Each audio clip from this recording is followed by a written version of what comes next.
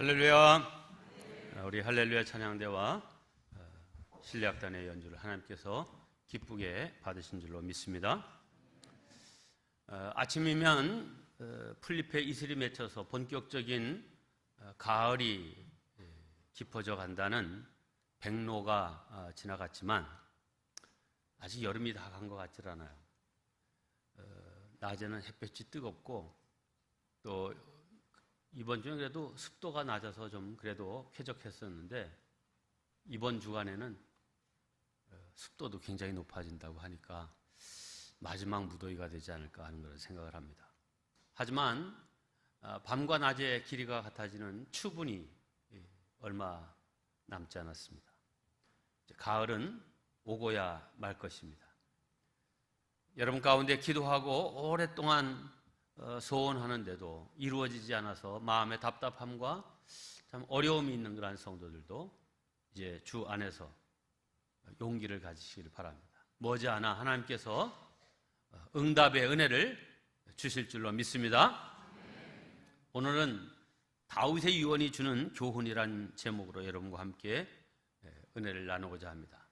우리가 오늘 읽은 본문 말씀은 이스라엘의 두 번째 왕 다윗이 그 아들 솔로몬에게 준 유언입니다.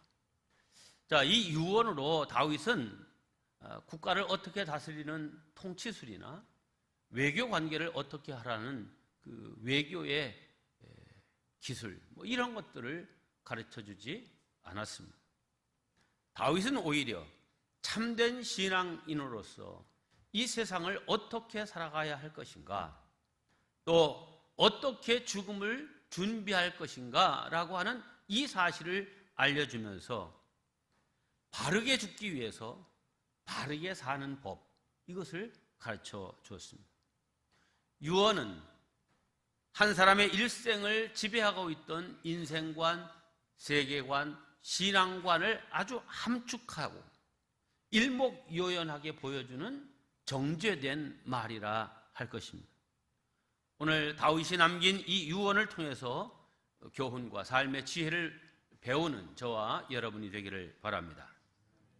그런데 이 유언의 교훈을 받기에 앞서서 두 가지 전제를 먼저 말씀드리려고 합니다. 첫 번째 전제는 우리 인생은 단 한 번뿐인 인생이라는 사실입니다. 네, 이 땅에서의 인생은 한 번뿐이고 결코 반복되지 않는다는 이것은 불변의 사실입니다. 그러므로 우리는 이것을 인식하고 영적으로 잘 살아야 합니다. 어느 중년의 사람이 병으로 병원에 입원해 있었습니다. 근데 노크도 없이 문이 살며시 열리는 거예요. 이렇게 쳐다보니까 웬 검은 옷을 입은 낯선 사람이 쑥 들어오는 거예요. 당신 누구요? 환자는 놀라서 물었습니다. 그랬더니 나는 죽음이다. 너를 데리러 왔다. 나와 함께 가자. 하면서 죽음의 검은 손을 내미는 것입니다. 아닙니다. 조금만 좀 참아주십시오. 환자는 다급하게 소리쳤습니다. 왜? 내가 무섭냐? 소원이라면 더 기다려주지. 많이 놀라는데 이 다음에 올 때는 내가 놀라지 않게 먼저 사신을 보내마. 말이 끝나자마자 죽음은 온데간데 없이 사라졌습니다. 환자는 다시 건강을 회복했습니다. 그리고 이후 살아가면서 슬픈 일을 당하기도 하고 사업의 실패를 맛보기도 하고 또 고통도 경험하고 다시 알아눕는 등 이런 세월을 보내며 꼬부랑 노인이 되었습니다. 침상에 누워있던 어느 날 언젠가 만났던 그 검은 사람이 다시 나타났습니다. 아니 당신은 죽음이라는 분 아닙니까? 오냐, 그렇다. 아니 근데 왜 기별도 없이 이렇게 오셨습니까? 먼저 사신을 보내고 그 다음에 오신다고 하지 않았습니까? 이 사람아, 무슨 소리를 하는가? 내가 그동안 여러 번 사신을 보내지 않았는가? 슬픔도 보내고 질병도 보내고 나중에는 노쇠까지 보내지 않았는가? 그게 다 죽음의 사신일세. 노인은 할 말이 없었습니다. 히브리서 기자는 죽음에 대해서 이렇게 말합니다. 한 번 죽는 것은 사람에게 정해진 것이요 그 후에는 심판이 있으리니. 자, 이 히브리서 9장 27절이 내포하고 있는 뜻이 세 가지입니다. 첫째, 죽음을 피할 수 있는 사람은 이 세상에 아무도 없다는 것입니다. 두 번째, 땅에서의 죽음으로 끝나는 것이 아니라 이후에는 천국과 지옥으로 나누어지는 심판이 있다는 것입니다. 셋째, 그러므로 우리의 죽음이 영원한 천국으로 이어질 수 있도록 바른 믿음으로 살아야 한다는 것입니다. 그렇습니다. 단 한 번밖에 허락되지 않은 이 땅에서의 삶, 바른 믿음으로 살아서 모두 다 영원한 천국에 이르는 성도들 되시기를 주님의 이름으로 축원합니다.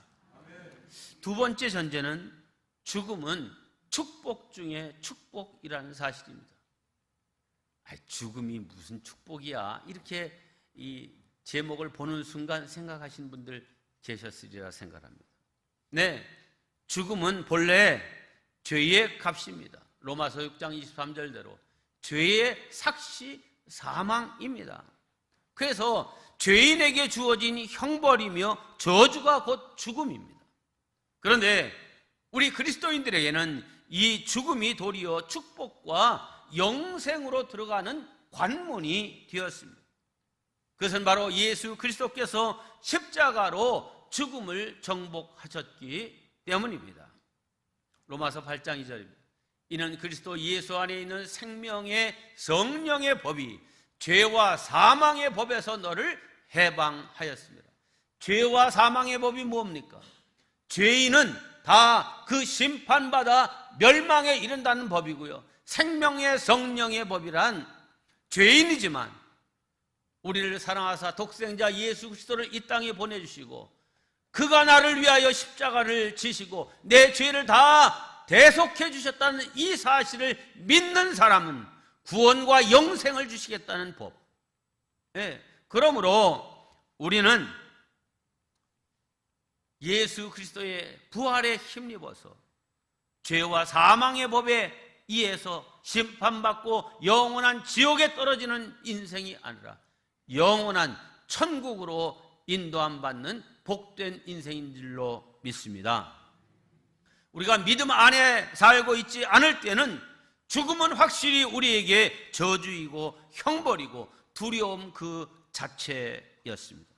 그러나 예수 안에 있는 생명의 성령의 법이 죄와 사망의 법에서 우리를 해방하였으므로 성도에게 죽음은 끝이나 멸망이 아니라 영원한 하나님의 나라에 들어가는 시작이요 입학식이 되는 날입니다. 아시시의 성자 프란체스코는 한 믿음의 자매가 세상을 떠났을 때 이런 노래를 지어 불렀습니다. 나의 자매의 죽음을 인하여 주를 찬양할지라.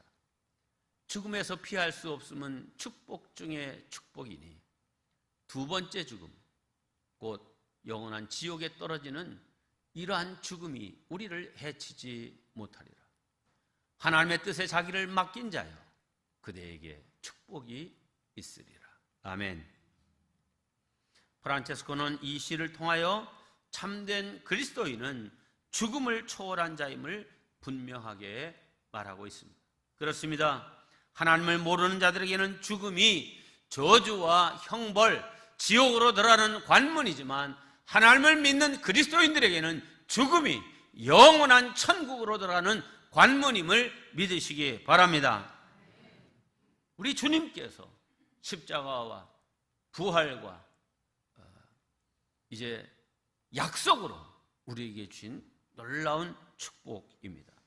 그러므로 참된 그리스도인들은 죽음에 대해서 무기력했던 과거와는 달리 오히려 죽음이 우리 앞에서 무기력하게 된 것입니다.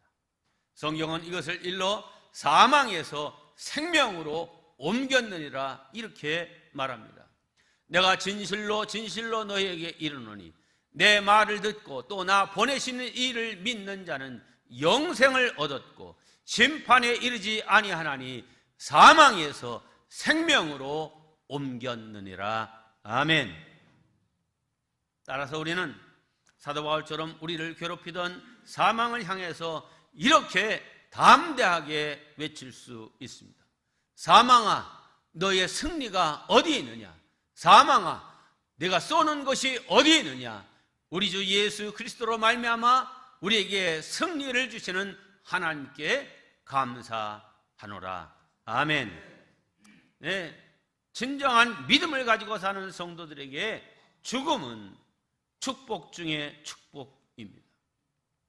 이 죽음이라는 관문을 통해서 영원한 천국으로 들어가게 되기 때문입니다. 저와 여러분 모두 죽음 이후의 세계가 지옥이 아닌 영원한 천국 되시기를 주님의 이름으로 축원합니다. 이제부터 다윗의 유언이 주는 교훈 3가지를 함께 나누겠습니다.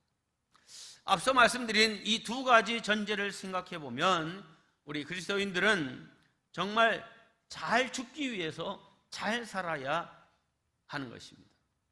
첫째, 늘 죽음을 인식하며 살아야 합니다. 함께 합니다. 죽음을 인식하며 살자. 네, 다윗은 죽음의 일반성에 대해서 유언을 통하여 이렇게 말합니다. 2절입니다. 내가 이제 세상 모든 사람이 가는 길로 가게 되었노니. 여기 세상 모든 사람들이 가는 길이란 무엇입니까? 죽음입니다. 네, 다윗은 사람은 누구나 죽는다. 권력을 가진 왕이라도 명령을 통해서 죽음을 물리칠 수 없다라고 하는 이 죽음의 일반성과 보편성을 너무나도 잘 알고 있었고 그것을 늘 인식하며 살았습니다. 이것이 다윗의 지혜입니다. 이 세상에는 2 종류의 사람이 있습니다. 이 피할 수 없는 죽음을 늘 인식하며 사는 사람과 죽음? 그런 건 생각할 필요 없어. 죽음을 애써 외면하고 사는 사람입니다. 그런데 언젠가 나는 반드시 죽는다라고 하는 이 사실을 인식하고 사는 사람은 그 죽음을 준비합니다. 하지만 오는 죽음을 회피하며 사는 사람은 이 세상의 쾌락에 빠져서 자신이 누리는 세상 즐거움이 어느 순간 끝나지 않도록 매 순간을 환락과 쾌락으로 보내려고 하는 이런 마음을 가지고 사는 것입니다. 그러므로 이 죽음에 대해서 어떤 인식을 가지고 사느냐 하는 것은 대단히 중요한 삶의 지표가 되는 것입니다. 여러분, 죽음은 선택이 아니라 필수입니다. 누구나 하나님이 부르시면 자기는 준비가 되어 있지 않더라도 거기에 거부할 수 없이 따라가야 합니다. 세상에 죽음에서 제외된 사람은 아무도 없습니다. 누구나 다 죽습니다. 그러므로 잘 죽기 위해서 잘 사는 법을 배우는 것은 매우 중요합니다. 그리스도 예수 안에서 새 생명을 얻은 우리들은 그저 먹고 마시고 시집가고 장가가는 이 세속의 기준을 가지고 살아가는 세상 사람들처럼 그냥 막 살아서는 결코 안 됩니다. 히브리서 11장에 기록된 믿음의 조상들처럼 더 나은 본향을 사모하는 나그네의 심정을 가지고 이 세상을 살아야 합니다. 또한 사도 바울이 골로새 교회 성도들에게 부탁한 것처럼 위의 것을 생각하고 땅의 것을 생각지 않는 그런 마음의 자세가 우리에게 꼭 필요한 것입니다. 물론 그리스도인이라고 해도 이 세상을 완전히 도외시하며 살 수는 없습니다. 그러나 배가 물을 떠나서는 운행할 수 없죠. 물 위에 떠 있어야만 배의 기능을 발휘할 수 있습니다. 그러나 그 물이 배 안으로 스며들어와서 결국엔 이 배가 침몰당해서는 안 됩니다. 물 위에 있지만 물이 들어오지 못하도록 막혀 있어야 배가 배로서의 역할을 할 수 있는 것처럼, 우리가 이 세상에서 살아가고 있지만 세상의 죄악이 우리의 삶을 잠식하지 못하도록 늘 경계하는 마음을 가지고 살아야 하는 것입니다. 죽음 이후에 끝나는 것이 아니라 반드시 심판이 있음을 기억하고 세상의 쾌락과 즐거움에 마음을 뺏기지 않는 굳센 믿음의 성도들 되시기를 주님의 이름으로 축원합니다. 두 번째, 힘써 대장부가 되라는 것입니다. 함께 합니다. 힘써 대장부가 되자. 2절 후반부에서 이렇게 다윗은 유언합니다. 너는 힘써 대장부가 되라. 대장부가 되라. 이 말은 인생이 비록 죽음 앞에 서 있는 그런 존재이기는 하지만, 그렇다고 해서 이 세상은 허무하고 아주 그냥 아무 관심도 두지 말고, 그래 어서 주님 오시옵소서, 우리는 이 세상에 정들 곳이 아닙니다, 그냥 어서 나를 하나님 나라로 데려가십시오, 이런 마음으로 살아서는 안 된다는 말입니다. 부활하신 예수 그리스도를 믿는 믿음의 대장부로서 우리는 이 땅에서 힘써 해야 할 일이, 사명이 있다는 것입니다. 자, 그러면 대장부가 되라는 말은 무엇입니까? 그것은 생각을 크게 가지고 또 그렇게 살라는 것입니다. 대장부는 대장부다운 생각을 해야 됩니다. 대장부다운 구상을 해야 됩니다. 키가 크다고 대장부가 아닙니다. 돈이 많다고 대장부가 되는 것도 아닙니다. 기골이 장대하다고 해서 대장부가 되는 것도 아닙니다. 남자라고 대장부라고요? 아니요. 제가 볼 때는 여자들이 요새 대장부가 참 많습니다. 네? 생각의 크기가 남자가 오히려 째째하고 여자가 더 큰 생각을 하는 사람들이 많은 이런 시대에 우리가 살고 있는데, 여자가 믿음이 좋아서 그런가 봐요. 네. 자, 어떤 사람이 대장부입니까? 생각이 큰 사람이 대장부입니다. 그러므로 여기 대장부가 되기를 힘쓰라 하는 말은 크게 생각하고 크게 구상하기를 힘쓰라는 말인데, 근대 선교의 아버지라 불리우는 윌리엄 캐리의 좌우명이 있습니다. 그는 이렇게 생각하고 늘 살았습니다. 하나님께 놀라운 것들을 기대하라. 그리고 하나님의 영광을 위해 위대한 일들을 시도하라. 네, 영국 사람이지만 인도에 와서 인도에 복음을 전하고 인도 사람들의 말로 성경을 번역하고 하는 이런 큰 계획을 세우고 그것을 실현했어요. 자, 또 19세기 최고의 설교자인 필립 브룩스는 이런 말을 했습니다. 너는 너의 능력에 맞는 일을 하려고 하지 말고 일에 맞는 능력, 큰 일을 계획하고 그 일을 감당할 수 있는 지혜와 능력을 주십시오, 이렇게 기도하라는 거예요. 아유, 나는 뭐 이런 정도면 좋아, 그냥 뭐 가늘고 길게 사는 게 지금 대세지, 뭐 굵고 짧게 살려고 하면 안 돼.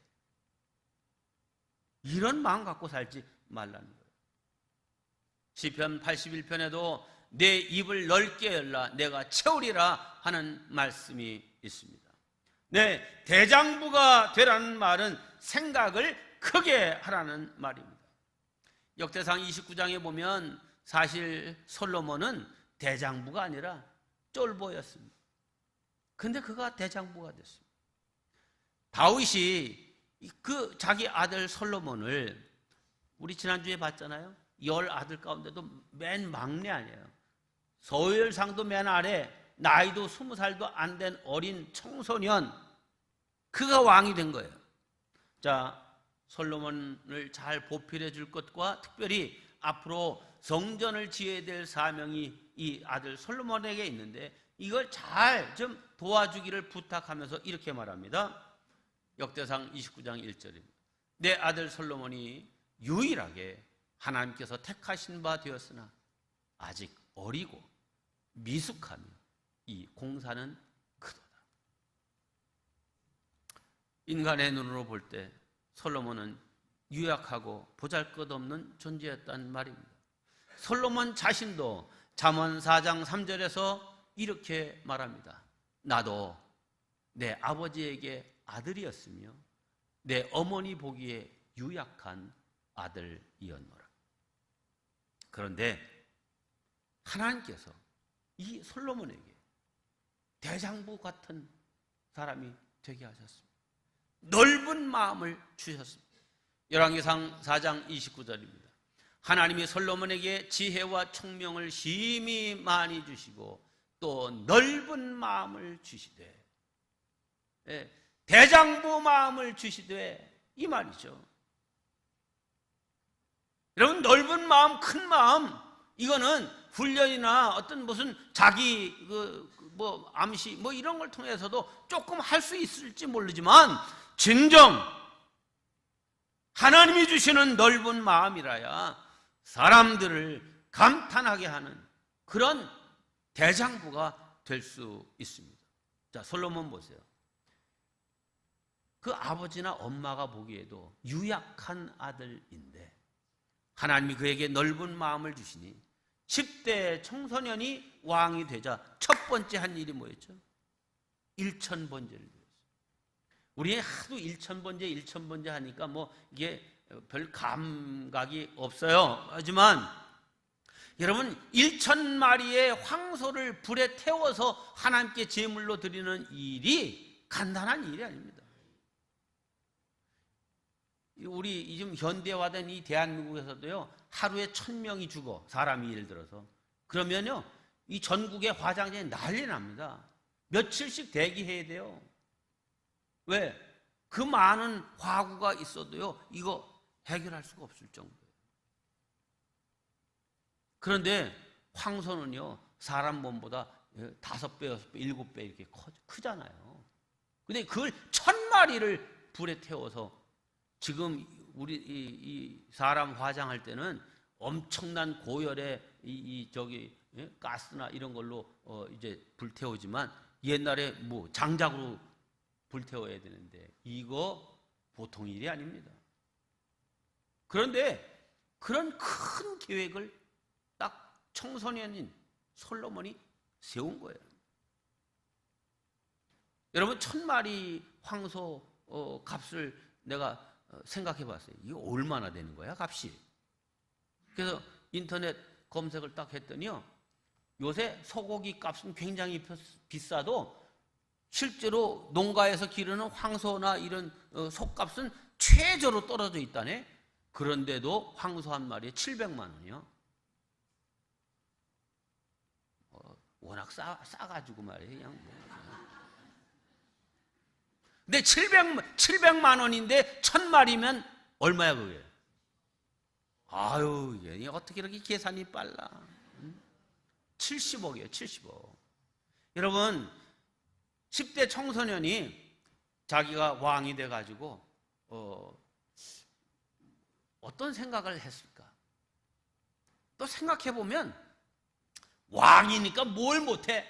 이런 생각도 들 수 있지만 10대의 왕이 돼가지고 내가 과연 아버지같이 잘할 수 있을까? 야, 이 신하들을 보니까 다 나이 많은 그런 노련한 그런 사람들인데, 야, 어떻게 이 난관을 헤쳐나가나 걱정하고 막 이런 생각으로 막 이렇게 머리가 찌끈찌끈할 수도 있어요. 그런데 딱 되자마자 하나님께 감사의 제사를 드릴 터이니 1,000마리 황소를 준비해라. 임금님, 돈 걱정 마라. 여러분, 10대 청소년 여러분 아들이나 딸이 70억 다 그냥. 이거 대장부 마음 아니면 할 수 없는 일이에요. 근데 하나님께서 그런 넓은 마음을 주셨다, 성경은 말합니다. 두 번째, 이 솔로몬이 이제 4년 차, 이 왕이 된 지 4년 차, 그러니까 20대로 넘어왔겠죠. 4년 차부터 이제 성전을 짓기 시작합니다. 그 전에 준비를 했어요. 그런데 이 성전을 완공하기까지 7년 걸렸습니다. 근데 이 솔로몬의 성전의 규모에 비한다면 7년도 굉장히 빠른 시간에 완공한 것입니다. 어떻게 그렇게 빨리 할 수 있었는가? 그거는 엄청난 인력을 투입했기 때문에 가능한 일이었습니다. 열왕기상 5장 다음 주 본문인데, 여기 가보면 이 성전 건축에 동원된 사람들의 숫자가 나옵니다. 레바논, 그 당시는 두로였죠. 여기에 가서 백향목을 벨 일꾼들로 3만 명을 모집했어요. 근데 이 3만 명을 1대, 2대, 3대로 조직해서 한 번에 10,000명씩 보내고, 이 사람이 한 달 동안 거기서 작업하면 2대가 가서 딱 한 달 교대하고 3대가 가고, 그래서 한 달 일하고 2달 쉬는 이런 시스템으로 돌아갔어요.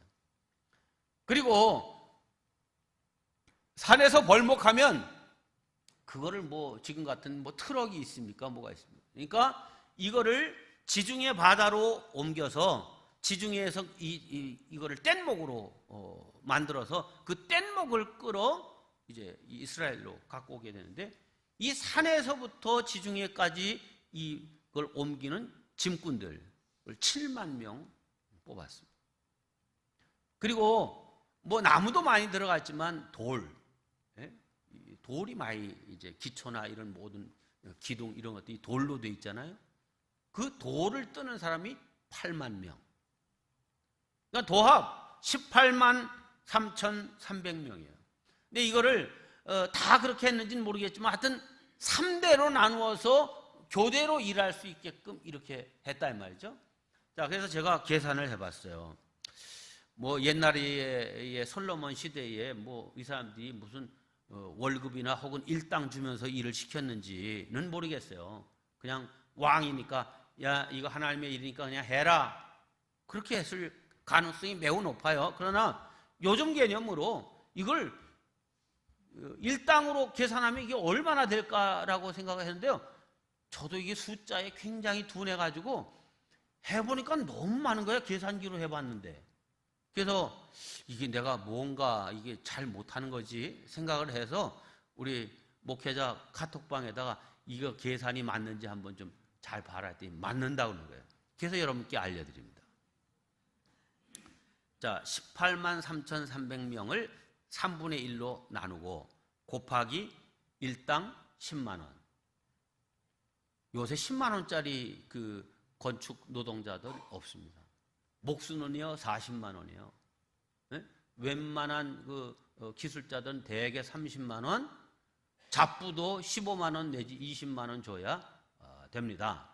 자, 그러나 그냥 10만 원 했어요. 10만 원. 10만 원만 지급해도 하루에 61억 원이에요. 그러면 일당제로 한다고 하면 1년에 한 200일 정도 일한다라고 해서 곱하기 200 했더니 1조 2천억 원이에요. 1년 인건비가. 7년이면 8조 5천억 원이 들어갑니다. 우리 개념하고는 상관이 없는 숫자니까 이제 뭐 이렇게 뭐 놀랄 필요는 없어요. 하여튼 어마어마합니다. 야, 뭐 아버지의 소원이었고 하나님의 전이니까 최고의 최선을 다해서 지어야 되겠다 하는 그런 마음을 가졌지만, 뭐 오늘의 개념으로 이게 한 반 정도 깎아서 인건비만 이런 거예요. 인건비만. 어마어마한 대사역, 전 국가가 동원된 대사역을 이루어낸 거죠. 자, 우리 그리스도인들은 무엇을 계획하고 진행하면서 자기가 다 해야 하는 거로 생각하면 사실 할 일이 별로 없습니다. 이런 경제 위기에 다들 움츠리고 있는데 상황을 보면서 해야지, 뭐 이런 생각하면 아무것도 할 수 없습니다. 그러나 내가 하는 일이 아니라 내 배후에는 지혜이신 또 능력이신 하나님이 나를 돕고 계시다. 하나님의 미련함이 사람의 지혜보다 높고 하나님의 약한 것이 사람의 강함보다 더 강하다고 하신 그 하나님이 나를 도우시고 나를 세워주시는, 그래서 나로 대장부가 되게 하시는 그 하나님이시다라고 하는 이 믿음을 가지고 나갈 때 약함에 머무는 자들이 아니라 하나님의 능력을 의지하여 대장부로서의 일을 감당할 수 있게 되는 줄로 믿습니다. 우리 꿈말 엘림교회 모든 성도들 위축되지 마시고 대장부 마음 가지고 살아가는 저와 여러분 되시기를 주의 이름으로 축원합니다. 마지막 세 번째, 하나님의 말씀대로 준행하라고 유언합니다. 여러분, 다윗은 자신의 삶의 체험을 가지고 대장부 되는 길은 다른 거 있지 않다. 하나님 말씀대로 준행해라. 그러면 하나님께서 네가 계획하고 생각하는 바 너의 길을 형통케 해준다. 자, 3절 말씀입니다. 내 하나님 여호와의 명령을 지켜 그 길로 행하여 그 법률과 계명과 율례와 증거를 모세의 율법에 기록된 대로 지키라. 그리하면 내가 무엇을 하든지 어디로 가든지 형통할지라. 너 하나님 말씀 잘 지키면서 주 안에서 나를 도우시리라, 나를 인도하시리라고 하는 믿음 가지고 계획하고 실행하면 뭐 하든지 어떤 길로 가려고 하든지 반드시 다 형통케 하실 것이다 하는 말씀입니다. 여러분, 다윗의 체험에서 나온 말이라고 했어요. 다윗이 골리앗과 싸우러 나갔을 때 골리앗이 다윗을 향해서 뭐라고 얘기합니까? 너 뭘 믿고 이렇게 까불고 있어? 이렇게 얘기했어요. 아니, 성경이 까불고 있다는 말은 없는데요. 네, 그 말은 없지만 골리앗이 다윗을 업신여겼다 이렇게 얘기했어요. 업신여겼다. 이 업신여겼다는 말은 너 지금 너 고키에 돌멩이 하나 들고 와가지고 나하고 지금 싸우려고 그래? 어쩌려고 그래? 까불고 있어. 그랬다니까요. 그 말이에요 지금 이게. 자, 그런데 다윗이 그런 골리앗에게 뭐라고 대답하니까 성경에 분명히 나와 있습니다. 자, 너는 칼과 창과 단창으로 내게 오거니와 나는 만군의 여호와의 이름 곧 내가 모욕하는 이스라엘 군대의 하나님의 이름으로 내게 나아가노라. 전쟁은 칼이나 창이나 단창 그거와 비교하는 이 돌에 있는 것이 아니라 여호와께 속한 것인즉 하나님께서 너를 우리 손에 내 손에 넘기시리라. 그대로 됐잖아요. 다윗이 힘세서 이겼어요? 여호와의 이름으로 이겼어요. 여러분, 다윗은 하나님을 믿고 까불었어요. 이것이 바로 믿음입니다. 이것이 바로 대장부가 되는 비결입니다. 이제 말씀을 정리합니다.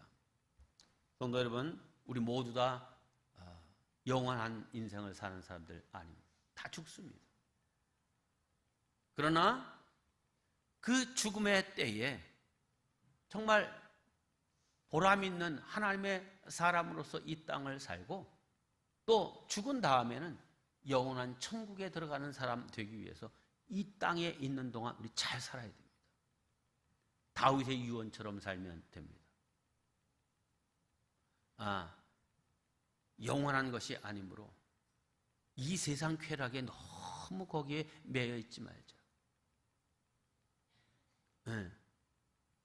하나님이 주시는 그 담대함을 가지고 살자. 하나님 말씀대로 살아가면 반드시 하나님이 내 편에 서서 나를 도와주시고 나로 대장부처럼 살게 하실 것이다. 이 믿음 갖고 살아가셔서 우리의 인생길이 복되고 영광스러운 하나님의 자녀들 다 되시기를 주의 이름으로 축원합니다.